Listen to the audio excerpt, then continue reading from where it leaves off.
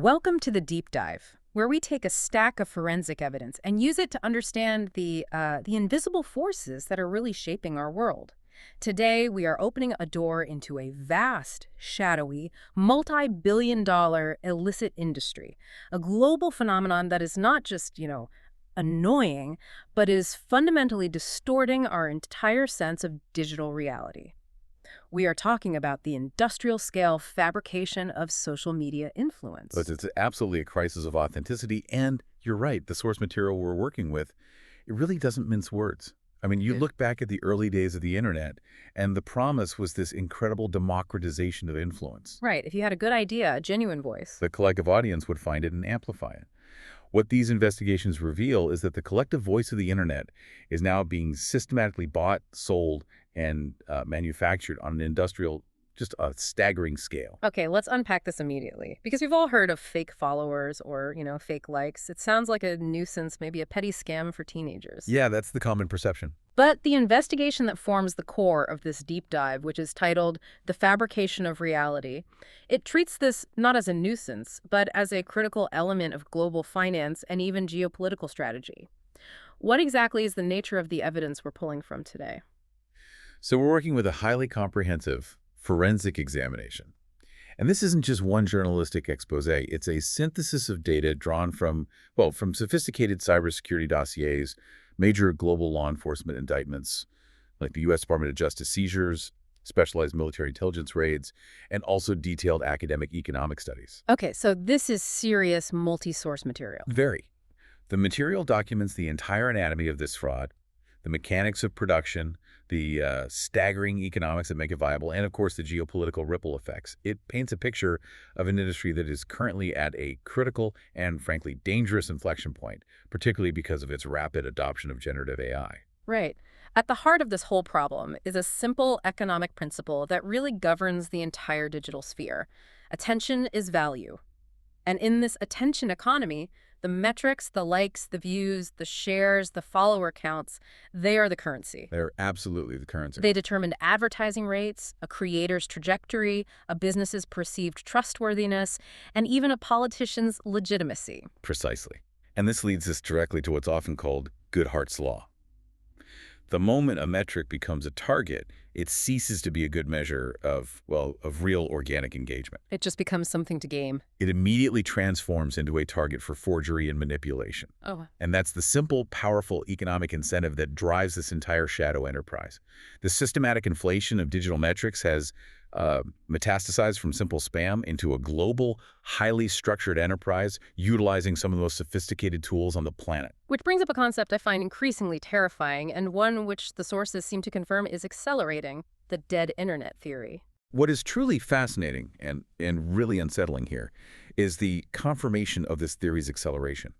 It's the idea that a significant and growing, maybe even a majority percentage of web traffic, of engagement, of content is now bot-generated. Wow. And we are moving beyond just bots creating spam comments. We are looking at vast swaths of the internet where machines are talking to machines, creating a kind of perpetual motion machine of digital noise. So if that's true, we are not just dealing with the annoyance of spam or, bad advertising ROI.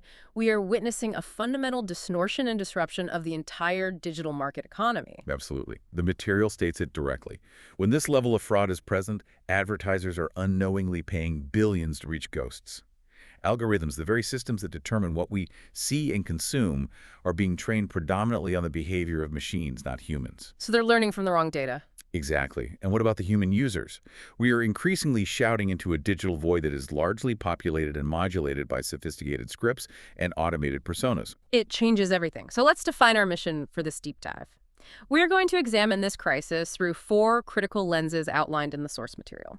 First, we'll detail the mechanics, how this fake engagement is manufactured, moving from physical sweatshops all the way to AI-driven automation. Second, the economics, the shocking price index, the arbitrage model, and the profitable ROI for both the fraudster and the client. Third, the case studies. We have 10 incredible Really audacious examples that showcase the global scale, from sheds in London to state-sponsored troll factories in St. Petersburg. Yes, some of those are just unbelievable. And finally, the geopolitics and systemic impact. Who is buying this deception, and what is the profound, maybe incalculable cost to the very concept of objective reality? So let's start with section 1, the mechanics of fabrication. When most people hear click farm, they picture, I don't know, a couple of guys in a basement. But the source material insists this is a highly organized supply chain that mirrors legitimate software as a service, or SaaS, businesses. It is essential to understand the organization. This is not chaos. It's a tiered, highly efficient supply chain. At the base, we have the primary production layer, which uses two distinct methodologies. There's the, let's say, old-school, hardware-based brute force approach, which is resource-intensive, but extremely effective at bypassing physical verification. Okay, the physical stuff. And then there's the cutting-edge, software-based botnet approach, which is rapidly integrating advanced AI automation. Let's start with that foundational layer then. Tier 1, the hardware-based click farms or the phone farm. This is the physical side, often located in places with low labor and electricity costs, I assume. Exactly. This is the industrial labor side of the equation, often documented in places like Southeast Asia or increasingly in parts of West Africa. We'll actually detail a Ghanaian operation later. Right. The infrastructure is visually shocking when you see it. You have hundreds, sometimes thousands, of cheap Android devices physically mounted on specialized racks. Like shelves of phones. Exactly. And these are all connected to industrial-grade USB hubs that provide simultaneous power and data transfer for centralized management. It sounds like a strange mix of an assembly line and a high-density server room, except instead of powerful processors, you just have walls of low-end mobile phones. But why is maintaining physical devices still necessary when software is so much cheaper to run? The trade-off is crucial, and it's all about bypassing device fingerprinting. Platforms like Facebook, Instagram, and TikTok have highly sophisticated defenses. They don't just look at the IP address anymore. They're looking deeper. Much deeper. They analyze deep hardware markers, Uh-huh. the unique international mobile equipment identity, the IMEI, the MC address, even detailed sensor data like the phone's gyroscope readings and battery health statistics. A simple virtual botnet struggles to convincingly simulate all of these unique physical traits across thousands of accounts. The genius of the physical farm is that the traffic comes from actual, distinct, hardware-verified mobile devices. To the platform security system, it truly looks like 1,000 unique users on 1,000 different phones, each with its own physical history. So they are knowingly sacrificing hardware margin for verification legitimacy. That's the core trade-off they're exploiting. But that leads us straight to the huge logistical hurdle, account verification.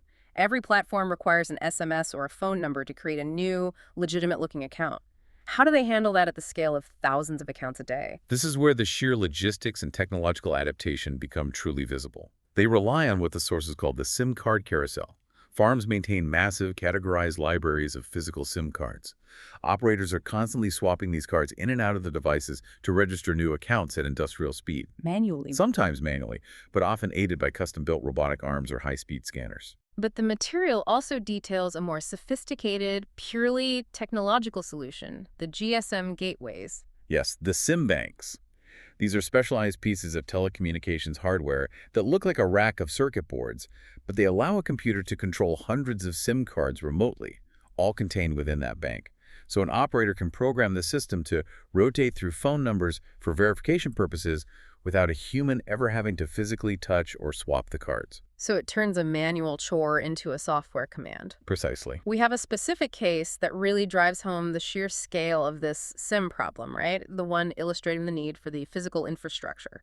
The Thailand WeChat megafarm raid. That 2017 raid in Bangkok was a global wake-up call. Thai authorities found a massive operation run by 3 Chinese nationals, and it was specifically dedicated to boosting metrics on the Chinese platform WeChat. They seized nearly 350,000 unregistered physical SIM cards. 350,000. Yeah, along with hundreds of racked iPhones. The sheer volume of physical infrastructure needed just to get around the verification protocols for one platform shows the extreme logistical lengths and the manual labor involved in this foundational layer of fraud. And despite all that technological sophistication, we can't forget the continuing necessity of the manual labor component, the human in the loop. The clickers, or farmers as they are sometimes called, are still absolutely essential, particularly in operations that have been documented as digital sweatshops in places like Vietnam, while scripts and automation handle the bulk, repetitive tasks like liking and following. Human operators are required for interactions that are complex, unpredictable, or designed to stump machines. Like solving CAPI-CHAs, which are explicitly designed to stop bots. Exactly. Or navigating constantly changing, confusing user interfaces on platforms like Instagram that frequently update their layouts. Right. But perhaps the most crucial task requiring manual labor is the execution of watch time, or engagement diversity behaviors. This means low-wage workers are scrolling randomly, pausing for inconsistent durations, clicking on unrelated profiles, watching 30% of a video, then skipping to the end. All those tiny variations that a perfectly scripted robot would struggle to replicate convincingly. Exactly. This human touch provides the vital, almost indistinguishable layer of humanness that algorithms find the hardest to detect. That bridges us perfectly into Tier 2, the purely software-based botnets. As platform detection methods improve, the fraudsters migrate to these incredibly sophisticated software solutions that are decentralized and hidden. The sophistication here rivals legitimate tech startups. Let's start with traffic routing, which is the immediate challenge. If you run a bot from a standard server IP address, say one registered to a data center like Google Cloud or Amazon Web Services, that IP range is instantly flagged as suspicious by social platforms. Okay, so that's a non-starter. How do they make the traffic look legitimate, like it's coming from a normal house? They utilize what are known as residential proxies. These are IP addresses that are assigned to real, legitimate, consumer-grade home Wi-Fi networks. So when a bot routes its traffic through a residential proxy, the platform sees a like, a view, or a comment coming from a Comcast connection in the suburbs of Texas or a Vodafone connection in the UK. So it gains immediate, automatic legitimacy. It looks exactly like standard consumer-grade traffic coming from a unique physical location. That is deeply alarming. And how are these residential IPs acquired? I mean, are people just volunteering their internet connection? Rarely, if ever, knowingly. The source material indicates that the acquisition happens primarily through two vectors, and both are unethical. One is through malware secretly installed on consumer devices. The other, and perhaps more insidious, is through the deeply buried and often incomprehensible terms of service of free software, particularly free VPN apps or certain browser extensions. So you think you're getting a free privacy service? But you have essentially volunteered your home IP address, your unique physical connection, to route fraudulent, anonymous traffic for the farm operator. That's truly terrifying. And then you need tools to manage thousands of these seemingly unique, decentralized accounts from a single machine. And those are the anti-detect browsers, like multi-login or other specialized stealth browsers. On a single physical computer, an operator can manage thousands of separate browser profiles simultaneously. Crucially, each profile is configured with a unique, simulated fingerprint. What does that mean, a fingerprint? They spoof specific technical markers. They simulate different operating systems, Windows 10, Mac OS, unique screen resolutions, font lists installed on the machine, and complex canvas fingerprinting and WebGL render data. But wait, hold on. Elaborate on those technical markers. Why is spoofing the font list important? Because a platform knows that a Mac user in the US will likely have a different set of standard fonts installed than a Windows user in China. If the platform sees 5,000 accounts all coming from different IP addresses but all reporting the exact same specific list of 100 fonts, they can easily link those accounts back to a single operator. Oh, okay. The anti-detect browser ensures that every single profile looks like a unique standalone computer user in a unique physical location with unique software installed, preventing account linking and mass deletion. And here's where the technology enters a completely new phase. The AI leap, or what the report calls semantic camouflage. This is the shift from generic spam to advanced, personalized content generation. This is the critical inflection point that elevates fraud into true digital warfare. Previously, bots were easy to spot based on simple text analysis. They posted generic, repetitive phrases like awesome post or just strings of fire emojis. Right, the stuff we all see and ignore. Filters could easily flag these. But now, thanks to the integration of large language models, LLMs, bots can analyze the image, video, or caption of a post and generate contextually relevant, grammatically pristine, and even emotionally resonant comments. So if you post a complex political opinion, the bot doesn't just say, great point. It might say, while I agree with the core sentiment regarding fiscal policy, I wonder if the proposed regulatory framework accounts for short-term market volatility. Exactly. That is the definition of semantic camouflage. This level of text generation means automated accounts are now nearly impossible to distinguish from genuine users based on text analysis alone. They're not just grammatically correct, but they engage in niche contextual discourse. Which drastically lowers the cost of creating these high-quality fake persona. It does. It shifts us from simple bot farms to highly sophisticated, adaptable persona farms. And that complex, high-level production must connect to a massive retail front, which brings us to the distribution layer, the SMM panel ecosystem. SMM panels, or social media marketing panels, are the sleek e-commerce storefronts of this entire shadow economy. They have made the act of buying fake influence as simple and transactional as ordering a book on Amazon. So they aren't running the phone farms or the massive botnets themselves. They're the savvy retailers in this vast arbitrage web. That is the crucial distinction. They are resellers. They connect via API, that's an application programming interface, to hundreds of wholesale providers, often the farm operators we just discussed. When a user orders 1,000 likes on a panel, the panel's software automatically routes that request to the cheapest available wholesaler currently offering that specific service, and the panel adds a substantial markup. The commodification of trust is absolute. And the services they offer are categorized with frightening, almost clinical precision. Like what? They are entirely engineered to defeat algorithms. You can order YouTube views, high retention, which means the bots are programmed to watch 30 to 60% of the video length to signal to the algorithm that the content is high quality and deserves promotion. Or you can order Instagram likes, real looking, which cost a bit more because those are generated by high quality accounts that have photos, a bio, a few hundred followers, and are delivered slowly or drip fed to mimic organic growth and evade rapid detection. Okay, let's transition now to section 2, the economics of deception. We need to talk price, because the price index here reveals the low barrier to entry for market manipulation. We really need to slow down and absorb these specific data points from the sources because they illustrate how easy it is to manipulate public perception with just loose change. So let's start with Instagram likes. How cheap can market manipulation be? For low quality, we're talking about pennies. You can purchase 1,000 units for as low as 10 to 50 cents. 10 cents for 1,000 likes. Right. These are the instant delivery likes, generated by obvious bot profiles. No photos, no bio, often from foreign geographies. And they come with a known high drop rate, meaning the platform will eventually purge them. If you want the high-quality ones with bios and slow delivery, the price still only rises to about $1.50 to $3 per thousand. That's still incredibly cheap to manufacture the image of legitimacy. But what about mass volume, high-velocity platforms like TikTok? TikTok views, because of the sheer volume required to trigger the algorithm, are unbelievably cheap.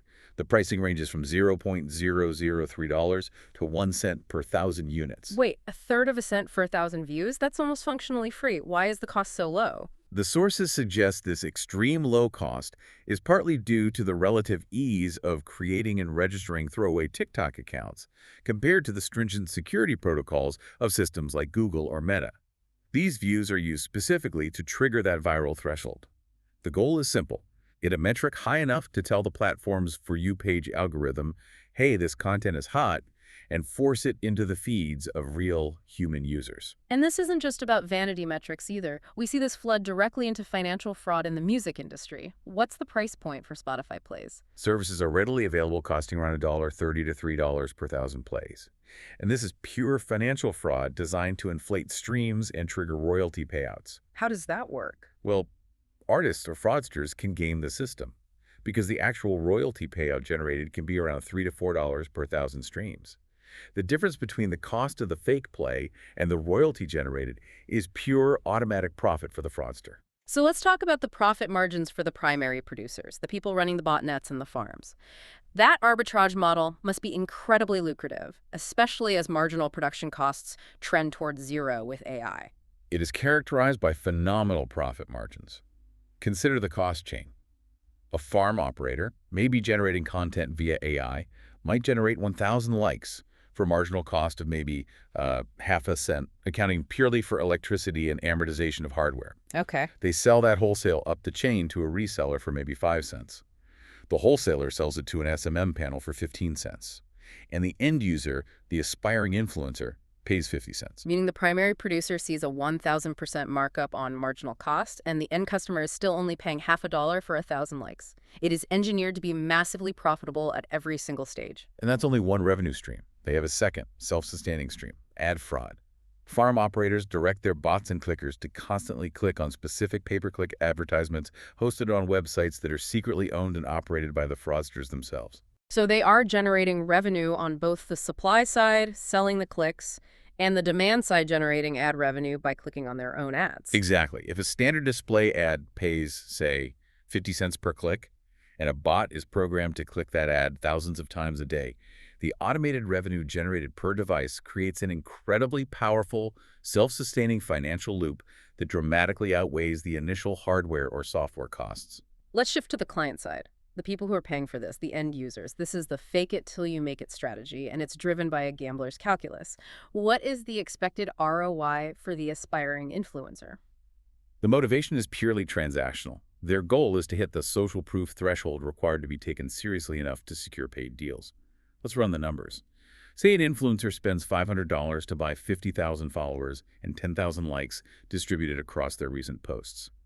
That investment immediately creates the illusion of micro-influencer status, which is generally defined as having between 10,000 and 100,000 followers. And once they hit that perceived status, what's their earning potential based on the source data? According to influencer marketing data analyzed in the sources, a micro-influencer can reliably command anywhere from $200 to $1,000 per sponsored post, depending on the niche and the brand. The ROI math is aggressive. If they secure just one sponsorship deal for $500, they break even instantly, often within the first week of hitting that fake threshold. One deal and they're whole. Exactly. If they secure 3 deals at $500 each, they've generated $1,500 on a $500 investment, resulting in a staggering 200% ROI on their investment in fraud. And the sources provide compelling case evidence that this calculated fraud strategy actually works because the brands aren't doing the due diligence. Case 10, the infamous MediaKicks experiment, is the perfect frightening example. The marketing agency MediaKicks deliberately created 2 completely fictitious accounts. One, a lifestyle blogger persona named Wandering Girl, and another, a generic travel photographer. So built from the ground up to be fake. Completely. They bought 100% of the followers and 100% of the engagement they accumulated, despite having absolutely zero organic reach. Both accounts successfully secured paid sponsorship deals with major global brands, proving the near-total lack of verification and due diligence currently plaguing the industry. So the payoff is immediate and substantial for the individual using the fraud, but the cost for the corporate client, the brand, is a financial abyss. It is strictly negative ROI for the brands, and the numbers are immense. Estimates suggest that brands are unwittingly wasting between $1.3 billion and $2 billion annually on influencer marketing that reaches bots and fake accounts rather than real human consumers. Because bots don't buy products. Bots do not buy products.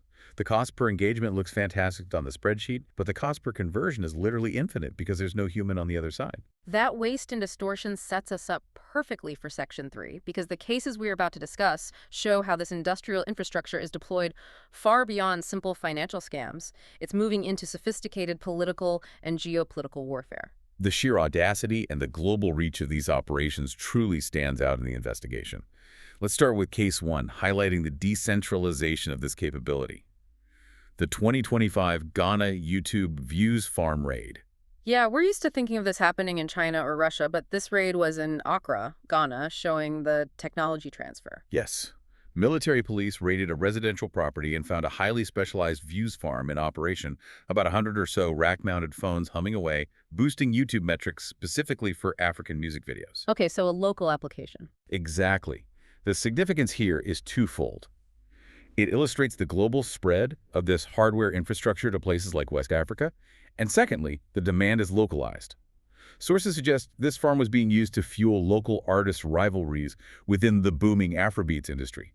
For example, boosting one artist's videos to eclipse a rival like Stonebwoy. So it proves black market demand drives globalization just as much as legitimate commerce. Absolutely. Next, let's look at Case 3, what I find to be the most absurd and insightful. The analog hack, the shed at Dulwich. This isn't about bots, but it proves the core fragility of social proof. This is journalist Uba Butler's masterclass in system manipulation. He took his literal garden shed, a dilapidated structure in South London, and using coordinated, human-led, inauthentic behavior, turned it into London's top-rated restaurant on TripAdvisor within 6 months, Without ever serving a single dish. without ever serving a single dish. I remember the details. They are just absurd.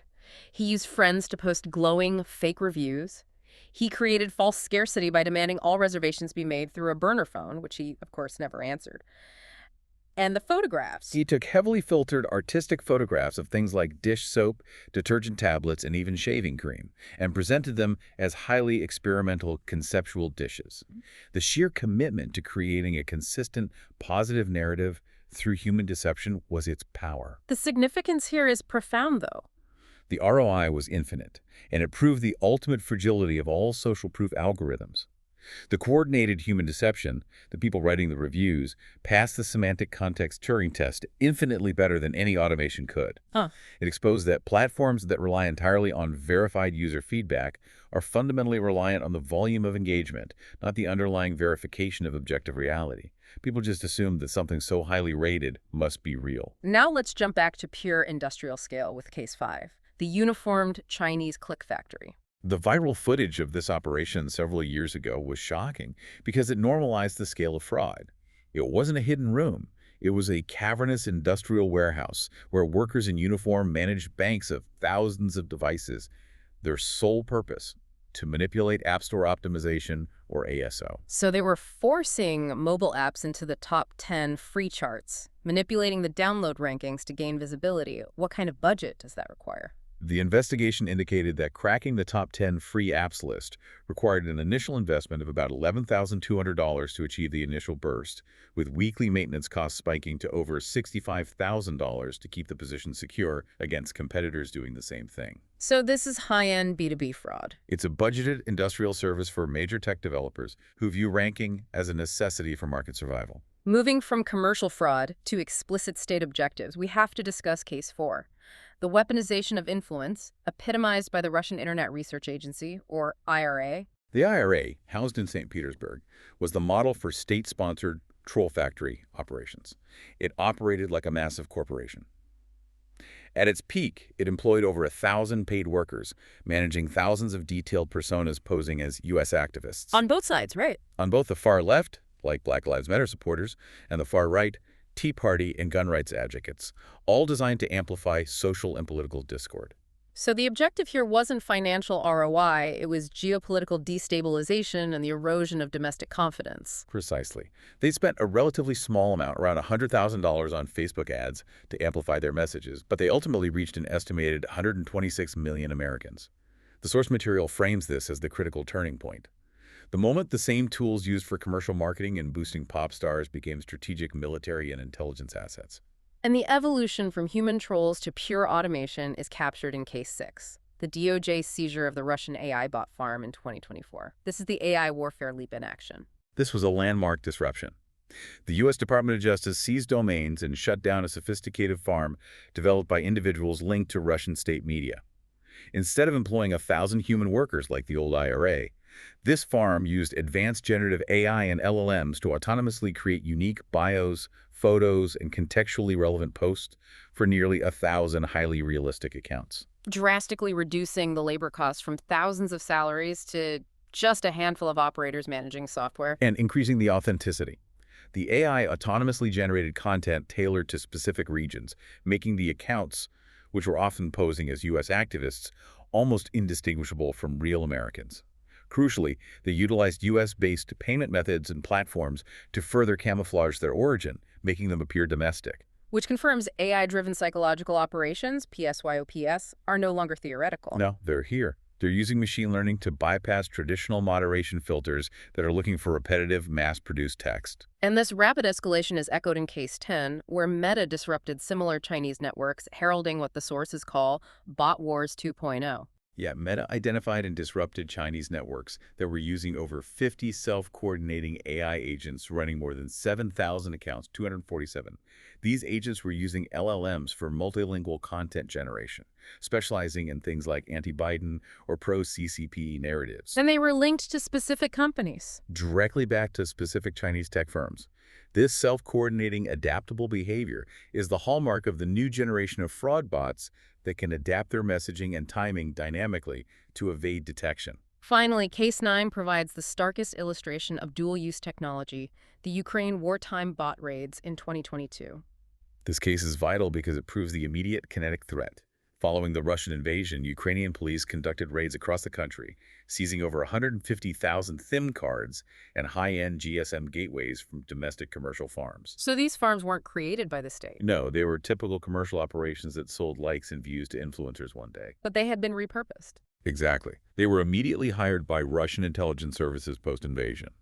The infrastructure was repurposed to spread panic, disinformation, fake troop movements, and pro-Kremlin narratives designed to demoralize the Ukrainian population. So the same commercial infrastructure that boosted a pop star's views one day? Was used to attempt to destabilize a nation the next. It completely blurs the line between commercial fraud and cyber warfare. It shows that the infrastructure of influence is a highly effective, ready-to-use strategic military asset. A turnkey solution for digital disruption. Let's transition now to Section 4, the client ecosystem and the systemic distortion. We've established how this fraud is produced and how cheap it is. Now, we have to analyze who is fueling this immense demand and why their motivations matter. The demand side of the equation correlates strongly with wealth, the deep penetration of the influencer economy, and the cultural value placed on public social status. And by looking at the geography of demand, we can really profile the primary clients. Let's quickly summarize the demand profiles by region, starting with the biggest buyer by sheer dollar volume. That remains the United States. Demand here is driven by the intense pressure felt by brands and influencers for constant exponential growth. The culture of celebrity entrepreneurship and personal branding makes social proof non-negotiable for securing contracts and venture capital. And then you have unique, highly competitive ecosystems like India and Brazil. Both are top buyers globally. In India, there's ferocious internal competition among Bollywood stars, major political parties, and massive sports figures like cricketers, driving huge domestic demand for inflated metrics to secure perceived public support.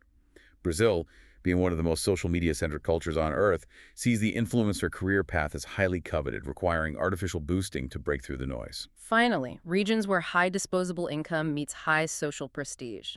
That's the UAE and Saudi Arabia. High disposable income, often linked to state wealth, combined with a cultural emphasis on visible public status and reputation, drives strong demand for artificial inflation to secure lucrative contracts with government entities or major regional brands. The appearance of success is as important as the reality.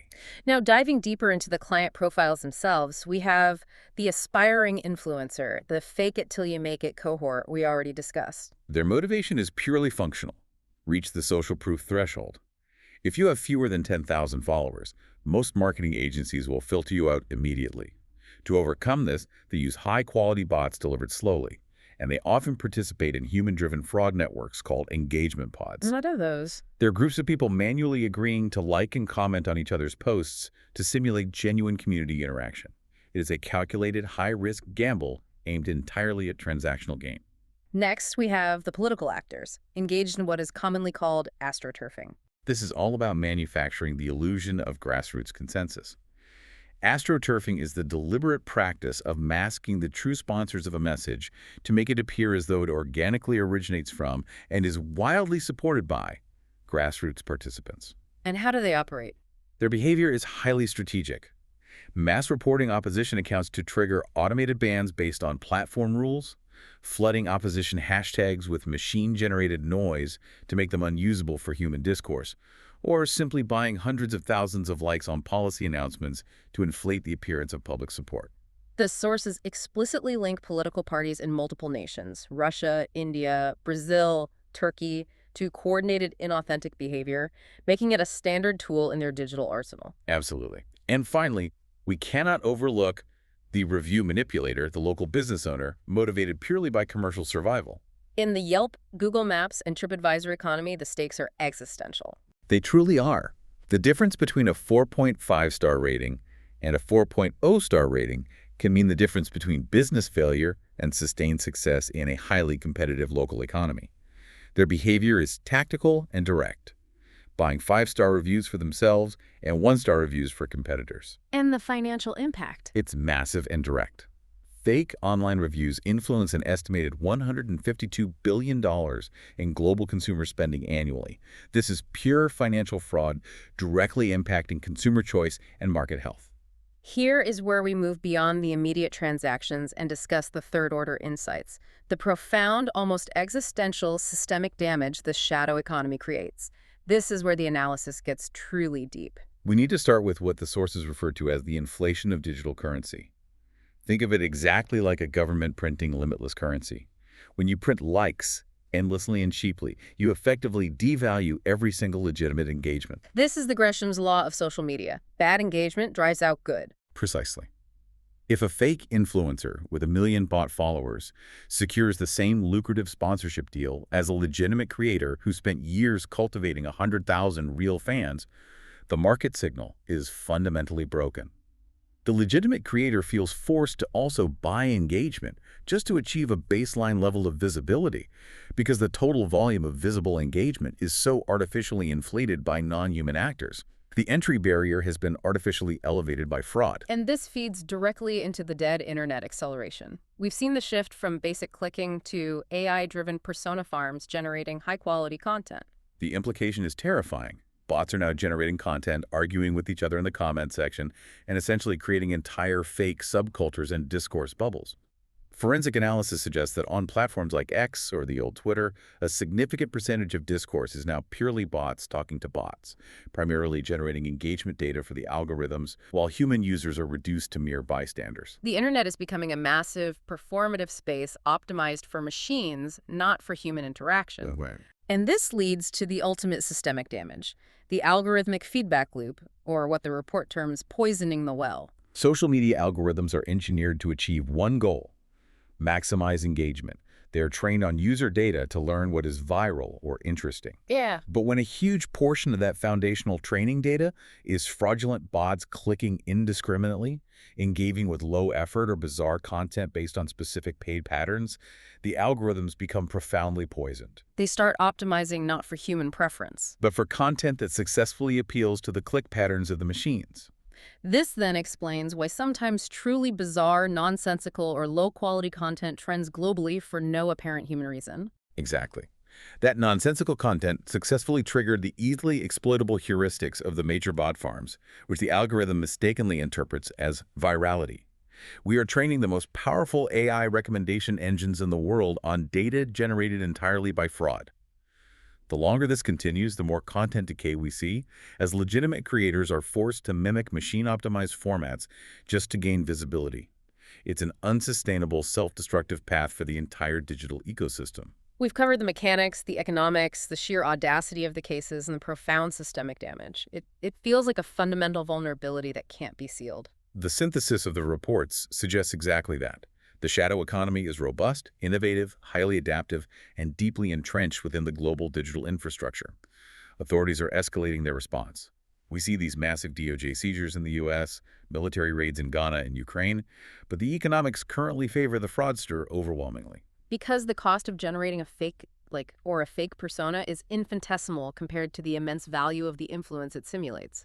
As long as digital metrics remain the primary currency of the digital age, determining everything from political viability to advertising revenue, the demand for counterfeiting this currency will persist. The rapid transition from manual sweatshops to highly adaptable AI-driven automation suggests that detection and containment will become exponentially harder, not easier, in the coming years. We are entering an era where reality itself must be viewed with profound skepticism. The absurdity of making a shed the top restaurant, the sheer volume of the Thai Sim warehouse, and the invisible sophistication of the AI persona farms all prove that the digital world is a construct that can be hacked, distorted, and weaponized. The final conclusion of our source material is chilling. We are rapidly entering an era where proof of humanity will transition from a simple assumption to the most valuable and difficult to attain digital asset. The ultimate cost here is the systematic erosion of objective reality, replaced by a consensus manufactured for profit or for political gain. And that leads us to our final provocative thought for you, the listener, as you navigate the digital landscape. We've demonstrated conclusively that the same infrastructure used to boost a pop star's views is dual-use technology that can be weaponized against a nation's morale, as evidenced by the Ukraine wartime raids.